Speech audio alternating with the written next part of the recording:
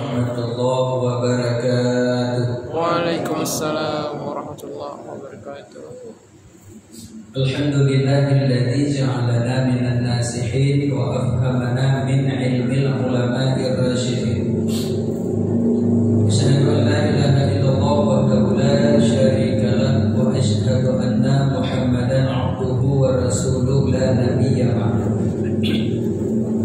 Allahumma shalli wa sallim ala sayyidina Muhammad wa ala alihi wa sahbihi ajma'in. Ya ayyuhan nas ittaqullaha haqqa tuqatih wa la tamutunna illa wa antum muslimun. Rabbi shrah li sadri wa yassir li amri wa hlul 'uqdatam min lisani yafqahu qawli, amma ba'du. Bersyukur kita kepada Allah Subhanahu wa taala yang mana Allah pada kesempatan maghrib yang mulia ini bertepatan dengan malam yang ke-14 di dalam bulan Syawal, yang insyaallah mudah-mudahan Allah meridhai kita semuanya. Selawat berkirim salam sama-sama kita alamatkan kepada junjungan alam Nabi besar Muhammad sallallahu alaihi wasallam, kepada para ulama dan sahabat-sahabat beliau sekalian, kepada para tabi'in, tabi'in, ulama mutaqaddimin, ulama mutaakhirin, sampai kepada ulama-ulama yang mu'tabar di sisi Allah Subhanahu wa taala. Yang mulia dan yang dimuliakan Allah, para guru-guru kami yang hadir pada malam yang mulia ini. Takdim hormat kami kepada Ketua DKM Masjid beserta seluruh jajarannya. Istimewa penghormatan kami kepada seluruh para jamaah kaum muslimin dan muslimat pilihan Allah yang dimuliakan olehnya. Insyaallah mulai malam ini kita sudah mulai pengajian kembali yang sudah kita tinggalkan selama bulan suci Ramadan. Insyaallah malam ini kita akan melanjutkan kembali pembahasan kita, lanjutan daripada pembahasan fikih ubudiyah yang sudah sampai itu hari pembahasan yang sudah kita bahas secara rinci atau tafsiriyah menyangkut dengan masalah hadas. Ini masih bagian daripada huruf yang pertama daripada kuncinya masuk surga. Kita di akhirat nantinya jangan lupa bawa kunci. Kalau lupa kita bawa kuncinya, maka kita tidak bisa masuk ke dalam surga Allah. Kunci surga adalah kalimat la ilaha illallah. Orang yang tidak bawa kalimat la ilaha illallah, maka dia tidak ada jalan untuk masuk ke dalam surga Allah. Karena dengan kalimat itu adalah merupakan kuncinya anak surga, atau kuncinya surga adalah merupakan kalimat thayyibah, kalimat la ilaha illallah. Syekh Nawawi Al-Bantani menjelaskan kalimat la ilaha illallah terdiri daripada 12 huruf.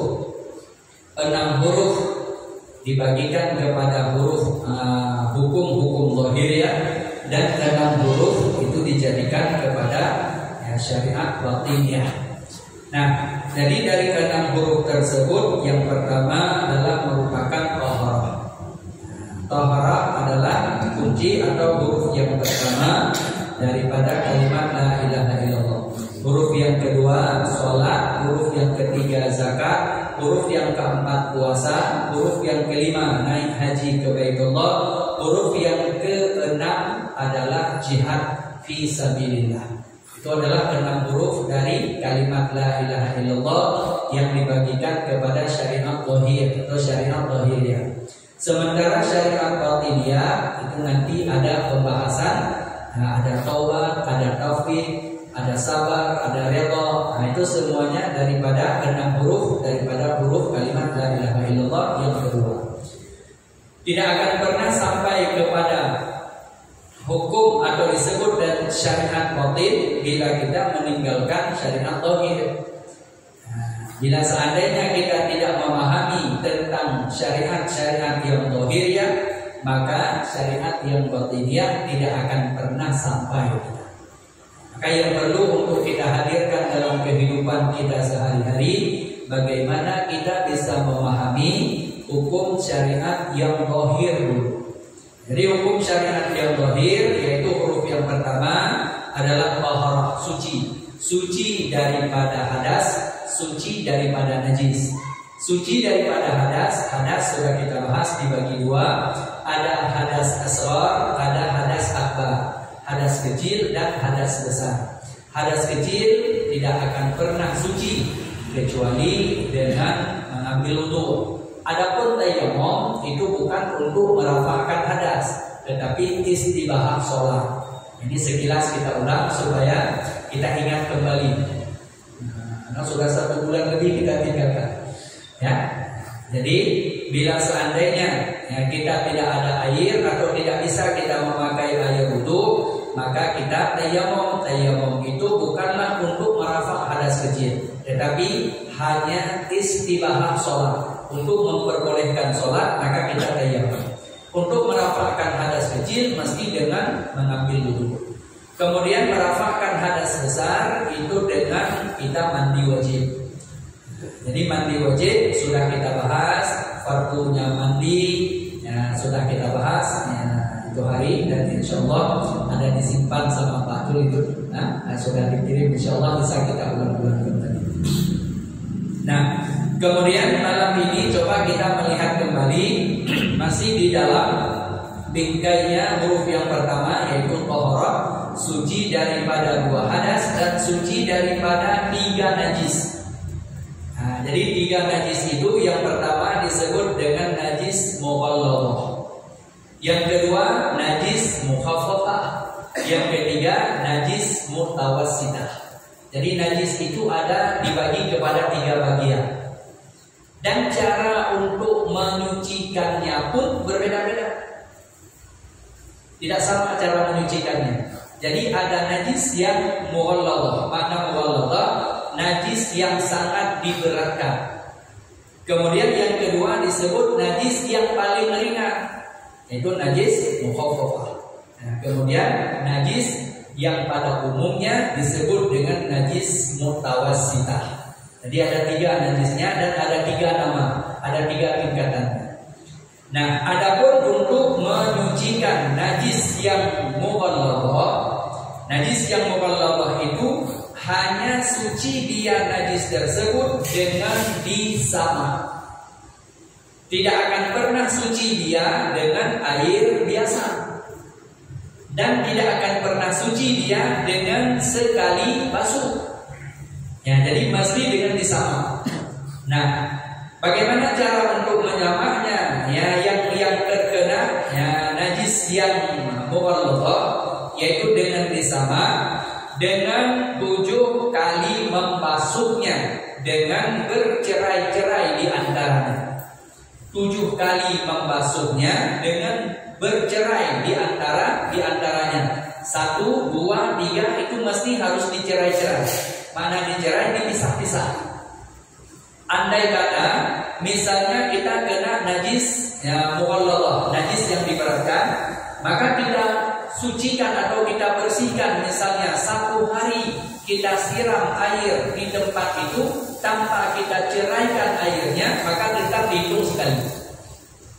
Ini yang jadi masalah.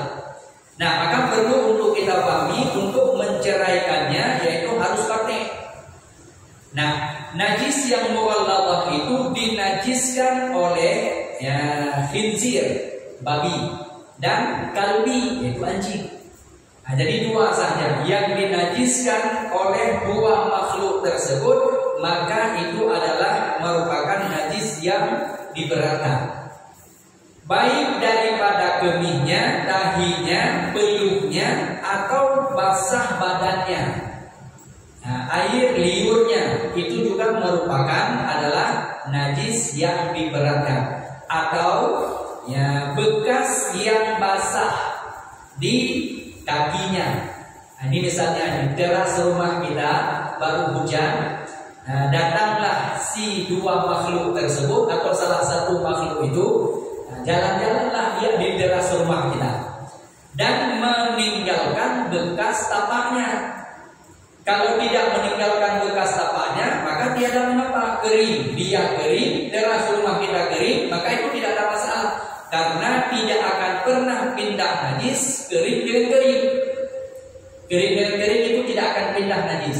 Walaupun yang lewatnya itu adalah makhluk yang najisnya berat, najis muwalladh. Anjing lewat di teras rumah kita, kering dia, tidak meninggalkan bekas, itu tidak ada masalah. Enggak memindahkan najis dia kepada tempat kita. Tapi bila seandainya basah salah satunya, tempat kita yang basah atau dia yang basah atau dua-duanya yang basah, maka akan pindah najis yang berat pada dia kepada tempat kita. Dia yang basah kena pada kita, atau kita yang basah kena pada dia, atau air liurnya, atau kemihnya, atau tahinya, maka itu akan memindahkan najisnya. Atau darahnya, darahnya juga sama, itu najis yang diberatkan. Tidak akan pernah suci najis itu kecuali dengan disama, yaitu 7 kali air yang bercerai, salah satu di antara 7 tersebut dengan turabin, yaitu tanah. Jadi campurkan dari salah satu 7 tersebut dengan tanah. Boleh di awal dicampurnya, boleh di pertengahan dicampurnya, boleh di akhir dicampurnya. Bil afdal di awalnya. Yang terlebih afdal maka di awal. Nah, sesudah kita campurkan air dengan tanah, maka basuhkan dengan tanah tersebut. Kemudian sesudah itu selesaikan, ceraikan dengan air yang lain. Kemudian baru kita siram dengan sekali air, dengan ember, dengan gayung, atau dengan kita pakai semprotan. Kalau kita semprot atau kita siram pakai silang, maka ceraikan dengan memisahkan siramannya kepada tempat lain. Contoh misalnya ini kita siram terasnya. Kalau kita siram terus, walau 1 hari kita siram, tidak pernah tatek, tidak pernah putus, maka itu tetap dihitung sekali.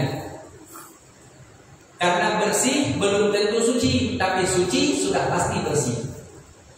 Nah, jadi caranya bagaimana? Sesudah kita siram dengan tanah sekali, kemudian siramkan dengan air yang bersih, disebut dengan air mutlak. Air yang suci lagi menyucikan, siramkan sekali. Kalau kita semprot dengan silang, maka semprotkan sampai rata semuanya, kemudian ceraikan. Mana ceraikan? Semprot ke tempat lain, atau matikan kerannya, atau asingkan, pisahkan, semprot bunga di halaman. Pokoknya jangan terikat dengan tempat itu. Nah, sesudah kita semprotkan ke jalan atau ke taman atau kemana saja, kemudian balik lagi ke sana. Nah, itu sudah dihitung yang ketiga kalinya. Nah, begitu seterusnya sampai ada 7 kali dengan katek. Mana katek? Ada putus-putus, ada cerai-cerainya. Baru dihitung 7 kali. Bila sudah tamam, bila sudah sempurna 7 kalinya, sekali dengan tanahnya, maka sucilah dia dari najis yang diberatkan. Ini yang pertama. Kemudian yang kedua disebut dengan najis yang mukhaffafah, najis yang paling ringan. Nah, ini kita harus kenal dulu mana najis yang paling ringan. Di dunia ini yang paling ringan najis cuma satu saja. Ya, tidak ada duanya, satu saja. Itu najis yang paling ringan.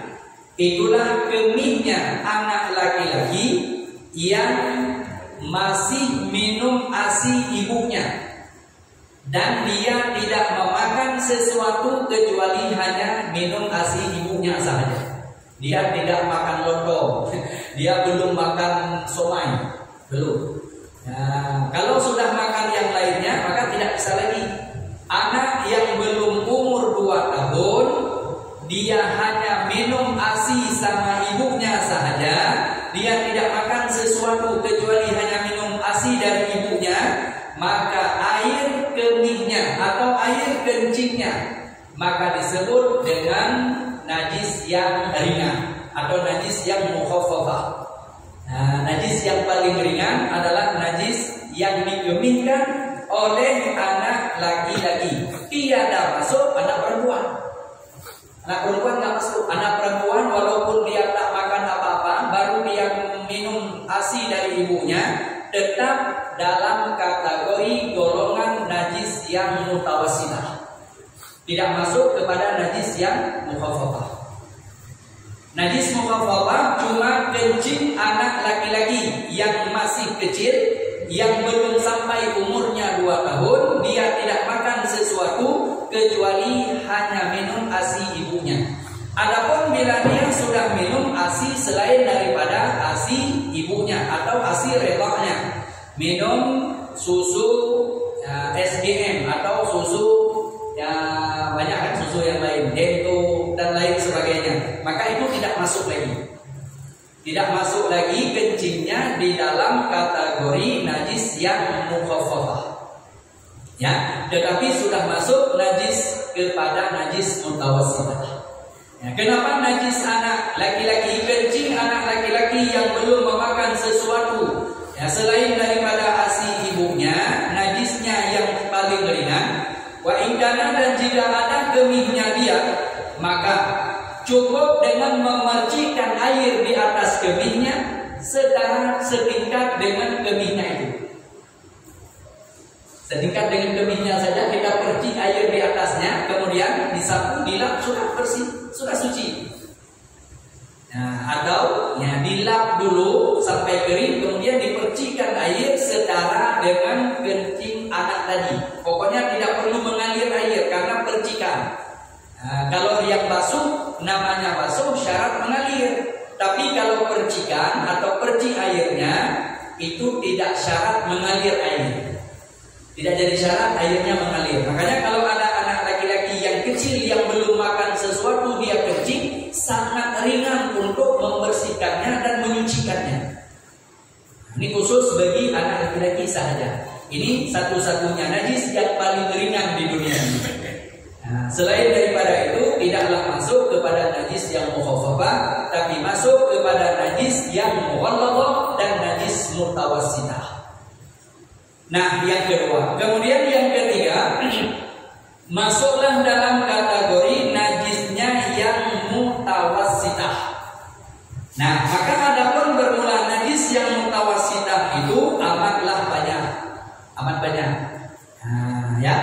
Namun di antara salah satunya najis yang disebut dengan najis mutawassitah, selain daripada babi dan anjing, khinzir dan kalbi, bukan kolbi. Kalau kolbi itu hati, tapi kalau kalbi itu adalah anjing. Nah, keluar daripada 2 hayawan tersebut, maka selain daripadanya masuklah dalam kategori yaitu najis yang mutawassitah. Adapun bermula najis yang mutawassitah itu amatlah banyak, namun di antaranya bagian daripada najis itu adalah tahi. Tahi, makna tahi adalah walau tahi ikan sekalipun. Tahi, makna tahi apa? Kotoran. Kotoran. Walau tahi ikan sekalipun. Nah, ini harus hati-hati. Tahi ikan. Ya, tahi ikan ini kita sebagai seorang suami harus hati-hati. Maka bila seandainya seorang istri tidak paham, itu ikan teri atau ikan bilis yang kita beli dengan uang yang halal, tapi bisa jadi kita makan haram. Karena teri ataupun bilis, karena yang basah disebut bilis kan, kalau yang sudah kering disebut dengan teri kan, ya kan, benar kan? Nah, ikan teri namanya, ikan teri yang sudah kering disebut dengan ikan teri. Nah, ada teri nasi, ada teri sedang, ada teri yang besar. Nah, kalau seandainya itu ikan teri yang kita beli ataupun bilis yang kita beli itu, bila seandainya di saat kita pindah perutnya masih tinggal 75%, maka wajib pindah perutnya. Wajib pindah tahinya.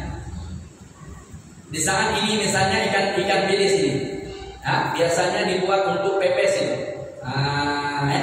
Nah, kalau seandainya kita pindah tahinya, pindah perutnya masih tinggal 75% ini, maka wajib pindah. Bila kita makan tanpa kita pindah perutnya, maka kita makan najis. Padahal kita beli tadi dengan uang halal, tapi kita makannya makan najis. Ini yang jadi masalah yang harus kita perhatikan baik-baik. Nah, karena tahi walaupun tahi ikan sekalipun itu tetap dihitung najis. Nah, maka harus berhati-hati jangan sampai kita makannya yaitu makan najis. Makan najis hukumnya haram. Dan najis yang masuk ke dalam perut kita akan jadi masalah. Nah, walau yang kita beli dengan uang halal. Nah, ini yang pertama. Kemudian sesudah disebut dengan tahinya, kemudian kemih. Nah, kemih adalah merupakan bagian daripada najis yang mutawassitah. Ya, najis. Ya, kemih yang tidak masuk yaitulah tadi kemihnya anak laki-laki yang masih belum makan sesuatu itu sudah keluar. Nah, selain daripada itu, maka itu masuk dalam kategori najis yang mutawassitah. Ya. Nah, walaupun kemih atau kencing anak perempuan yang masih kecil sekali. Nah, kemudian selanjutnya masuk dalam kategori najis yang mutawassitah adalah muntah. Walaupun yang muntah anak kecil yang meminum ASI ibunya yang kenyang masuk ke dalam perutnya maka keluar lagi. Ini ada anak kecil yang masih kecil itu.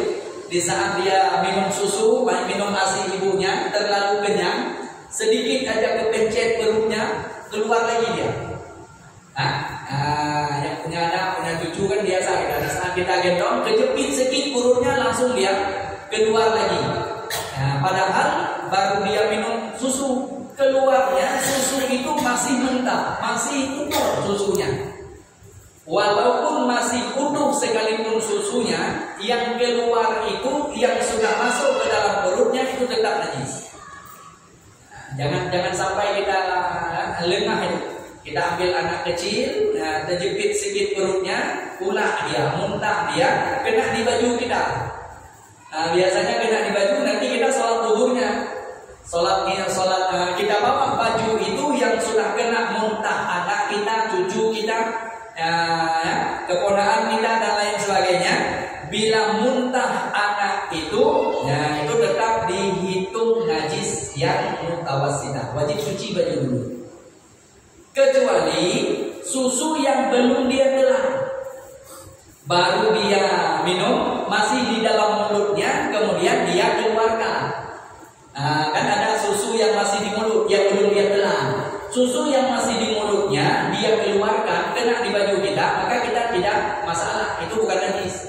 Tapi susu yang sudah ditelan, mulutnya sudah kosong, sudah ditelan, mulutnya sudah kosong, kejepit perutnya.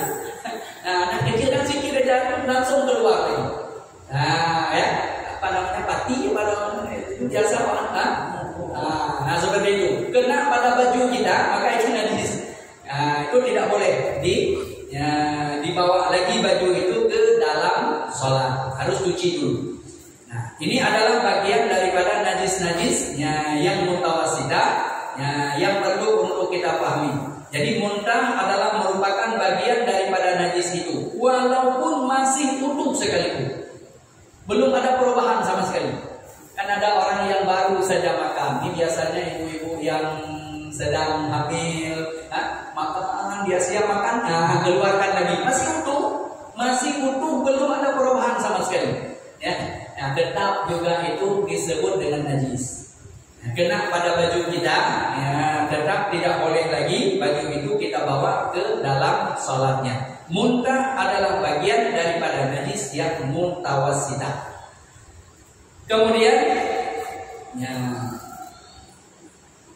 najis yang mutawassitah lagi adalah nanah. Nanah adalah darah yang busuk. Darah yang sudah busuk, maka itu disebut dengan nanah. Nanah bisul atau nanah yang di tempat-tempat di tempat luka, yang nanah tersebut yang darah yang busuknya, maka nanah itu bila seandainya keluarnya maka itu adalah merupakan najis. Bila kena nanahnya pada baju, kena nanahnya pada kain, maka itu tidak bisa dibawa ke dalam sholat. Makanya berhati-hati itu nanah bisul atau nanah jerawat. Selagi masih dihitung kepada sagir, maka tiada masalah, sedikit. Nah, itu rusak namanya. Tetap itu najis, tapi dimaafkan karena sedikit. Tapi kalau sudah jerawatnya jerawat gajah, ya kan? Di saat apa namanya? Di saat keluarnya itu sudah seperti nanah bisul, maka itu tetap tidak dimaafkan. Tetap itu dihitung kepada najis. Bila seandainya dia keluar tidak kena kepada pakaian kita, maka cukup dengan dibersihkan saja. Tapi kalau sempat kena kepada pakaian itu tak boleh lagi dibawa ke dalam sholatnya. Karena nanah bagian daripada najis yang mutawassitah. Kemudian selanjutnya najis yang mutawassitah adalah tua. Ini langsung disebut di sini dalam kitab Melayu ini langsung disebut dengan tua. Tua adalah merupakan sesuatu yang diperang. Sesuatu itu baik yang diperangnya daripada pohon aren atau yang diperangnya daripada buah kurma muda ataupun daripada buah anggur muda. Yang diperasnya kemudian diperangnya. Nah, apalagi sudah dicampur dengan hal-hal yang lain yang kita tidak tahu, maka itu bagian daripada najis yang mutawassitah. Makanya berhati-hati, jangan sampai kita masuk dalam bagian orang yang senang kepada perkara itu. Karena itu adalah bagian daripada syaitan, kecintaan daripada syaitan. Ya, karena sudah turun langsung perintah untuk dilarangnya, diharamkan minum arak dan buah.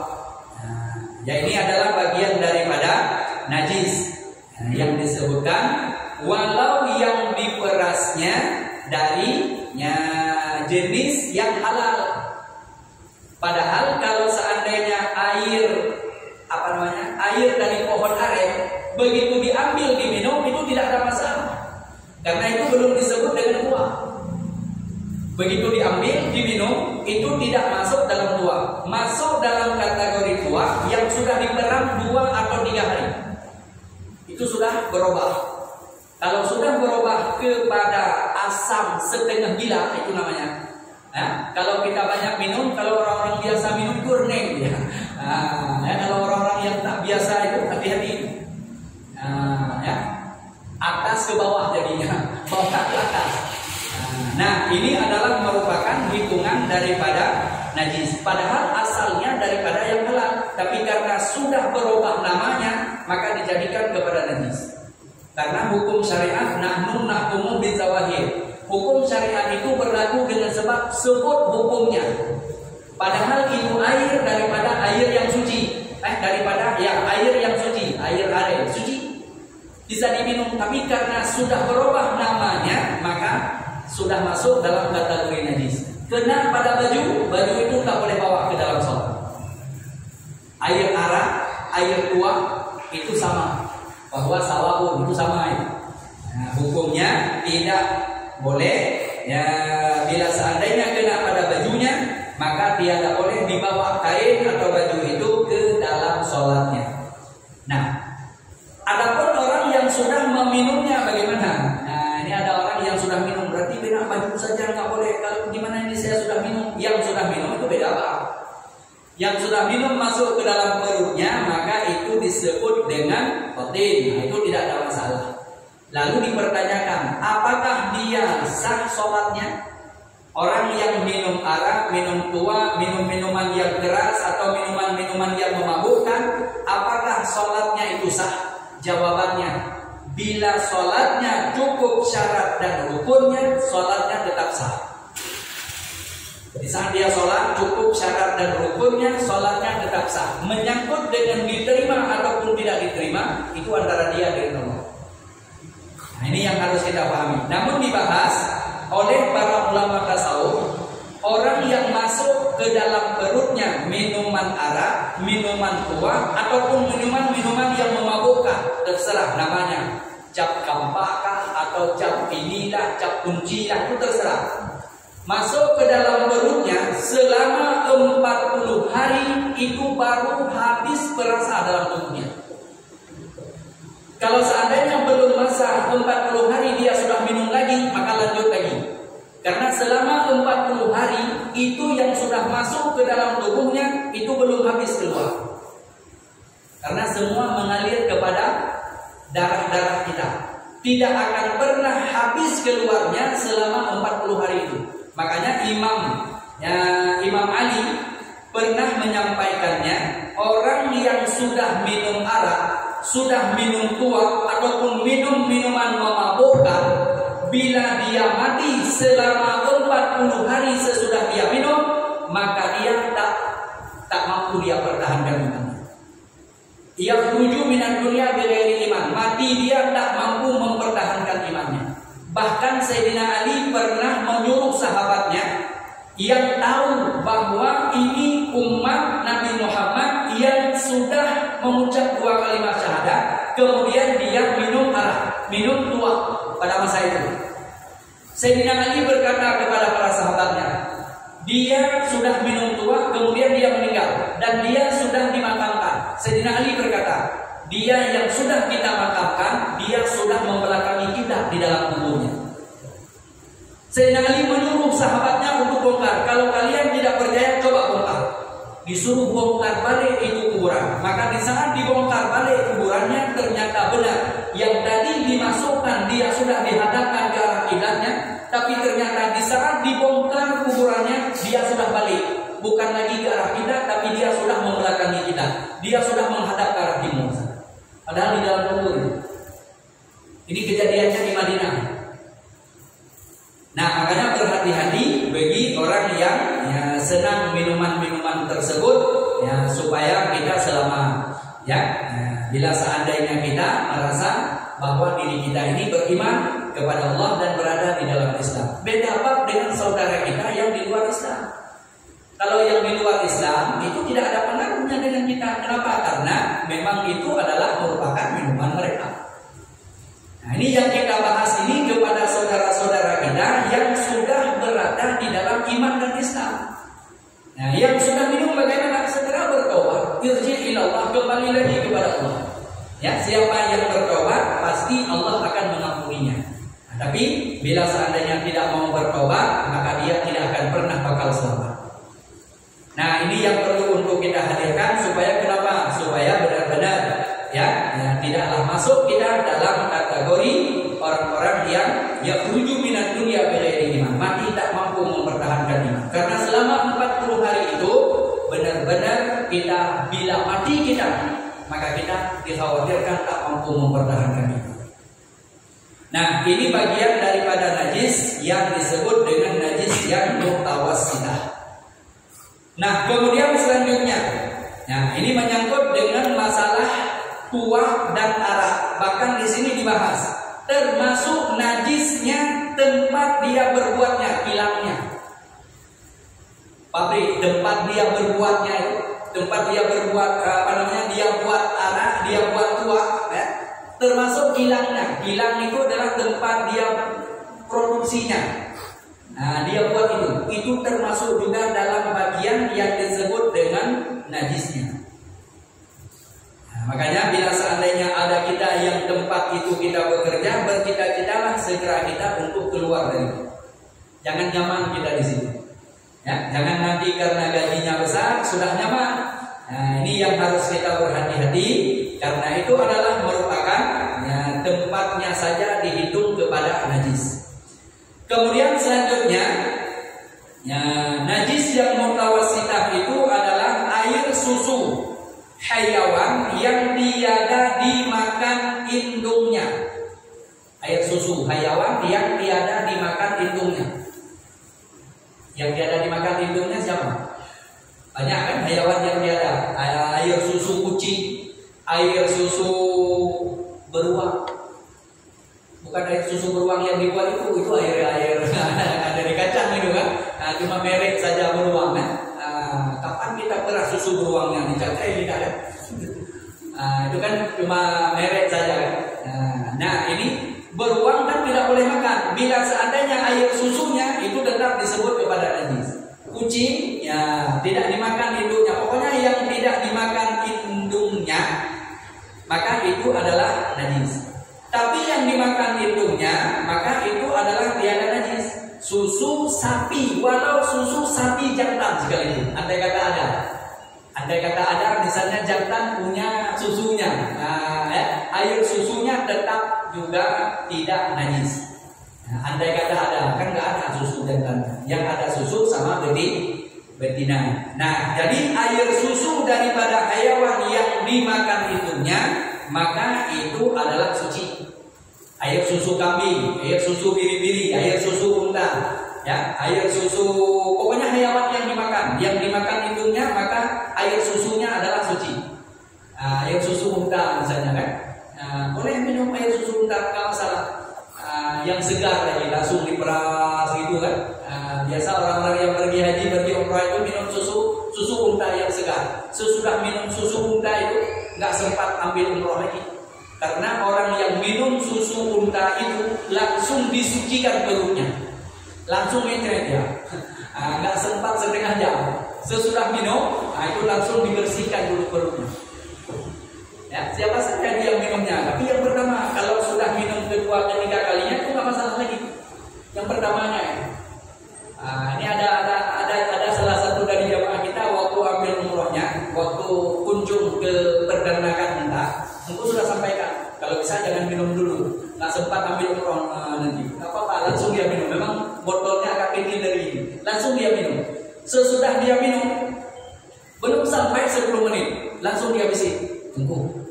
Di sini ada agak kamar tempat buang air besarnya. Kenapa? Waduh, ini nampaknya nggak ada. Tunggu tengok mukanya sudah merah, telinganya sudah merah.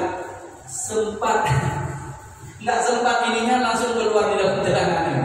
Nggak sempat ambil umroh. Nah, kenapa? Karena memang susu unta itu membersihkan perutnya. Makanya orang yang minum susu unta itu sehat. Nah, jadi susu yang induknya dimakan maka itu adalah suci. Ini yang dibahasnya di sini, najis adalah merupakan susu daripada hewan yang tiada dimakan induknya. Nah, itu adalah merupakan ya najis. Nah, adapun susu ya yang tiada dimakan ibunya disebut dengan ASI. Nah, ini walakat karena Bani Adam, itu susunya anak Adam. Itu beda Pak. Jangan nanti karena nggak dimakan induknya jadi susu ASI nanti kan nggak suci juga. Ini kan induknya nggak dimakan. Nah, jadi jangan salah paham. Itu adalah walakat karena Bani Adam, dimuliakan anak Adam. Maka susu daripada anak Adam itu disebut dengan ASI. ASI itu adalah tiada tandingan dengan susu yang lainnya. Itu tidak ada setara. Memang itu adalah murni kudrah dan iradah Allah, adalah merupakan susu yang tiada tandingan dengan susu yang lainnya. Nah, makanya dianjurkan kepada kita di saat kita punya anak, maka usahakan mesti dia minum ASI ibunya. Karena anak yang minum ASI ibunya itu jauh cerdasnya ketimbang dengan anak yang minum susu yang lainnya. Nah, minum susu daripada susu ibunya.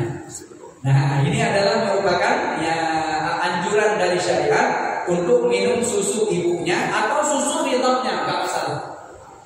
Nah, maka ini adalah merupakan susu yang tiada dimakan induknya tetapi suci. Itulah susu daripada Bani Adam. Nah, maka selain daripada itu susu yang tiada dimakannya, maka itu adalah najis yang tiada dimakan induknya. Kemudian selanjutnya, najis adalah bangkai. Najis yang mutawasidah adalah bangkai. Bangkai merupakan bagian daripada najis yang mutawasidah. Ini sampai jam berapa kita dulu? 2 menit lagi. 2 menit lagi. Nggak habis berarti. Ya, nggak apa-apa. Kita bahas sampai ininya aja. Nah, jadi ini adalah merupakan bangkai. Bangkai adalah merupakan najis yang mutawasidah. Ya, kecuali bangkai ikan, bangkai belalang. Ya, bangkai ikan dan bangkai belalang maka itu tidak masuk dalam kategori najis. Ya, selain daripada itu masuk dalam dalam kategori najis. Adapun bangkainya manusia itu juga tiada najis, yang maksudnya bila seandainya kita kena dengan jenazah atau dengan bangkainya manusia, maka kita tidak bernajis. Sementara yang lainnya masuk dalam kategori najis. Bangkai, ya, yang namanya bangkai hewan yang mati dia, yang memang hewan itu disembelih, matinya dengan tiada disembelih pada masa hidupnya, itu namanya bangkai. Nah, maka insya Allah ya, ini menyangkut dengan masalah najis yang mutawasidah ini belum habis kita membahasnya, dan insya Allah nanti ke depan kita lanjut kembali karena masih banyak ini najis, termasuk ayam yang mati sebelum disembelih. Nah, ini nanti ke depan akan kita bahas lagi. Ya, mudah-mudahan apa yang kita bahas pada malam yang mulia ini ada manfaat khususnya kepada pribadi kami sendiri, umumnya kepada saudara-saudariku sekalian. Ini nampaknya nggak ada masa bertanya lagi. Sudah sampai waktunya? Sudah ya? Boleh nanti bertanya di ahad depan insyaallah jika Allah mengizinkannya. Insyaallah. Ini saja yang bisa kami hadirkan. Terima kasih atas segala perhatian. Mohon maaf atas segala kekurangan dan kekhilafan. Hadanallahu wa iyyakum ajma'in. Assalamualaikum warahmatullahi wabarakatuh. Waalaikumsalam.